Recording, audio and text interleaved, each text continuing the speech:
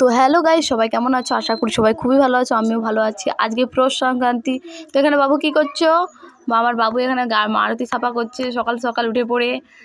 দিয়ে এখানে স্নান করে চলে এসেছি, এখন বাজে 7টা। তো স্নান করার পর এখানে বৌদি ফুল লাগছে, তো আমি একটু হেল্প করে দিলাম। তার সাথে এখানে আমার দাদা কিছু একটা কুলো বানিয়েছে, কুলোটা এবার লক্ষ্মী ঠাকুর রাখছে, এটা পুজো হবে, কুলো টুলো দিয়ে পুজো টুজো করে। তো এখানে বামুন মশাই চলে গেছে পুজো করতে, পুজো স্টার্ট করে দিয়েছে, পুজো শুরু হয়ে গেল। এবার সবাই একে একে প্রণাম করে নিয়েছে, আমিও প্রণাম করে নিলাম, প্রণাম করা হয়ে গেছে।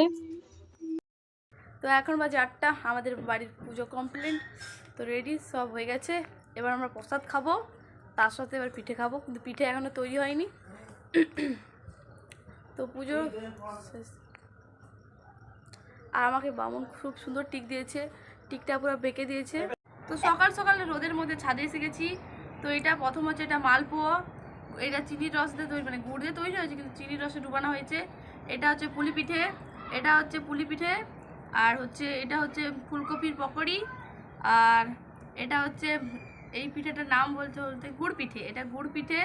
এটা ধনে পাতার পকোড়ি, এটা বেগুনির পকোড়ি, বেগুনি। আর এটা হচ্ছে এই বাটি সাপটে। আর এই পিঠেটা কি নাম জানিনি, যারা যারা জানবে কমেন্ট করে প্লিজ বলো। এগুলাই আমাদের ঘরে আজ পিঠে হয়েছে। তো যারা যারা খেতে চাও প্লিজ তাড়াতাড়ি চলে আসো, তাহলে কমেন্ট করে বলো। দেখুন 9 রকমের আইটেম হয়েছে আমাদের বাড়িতে, টেরে গেছে।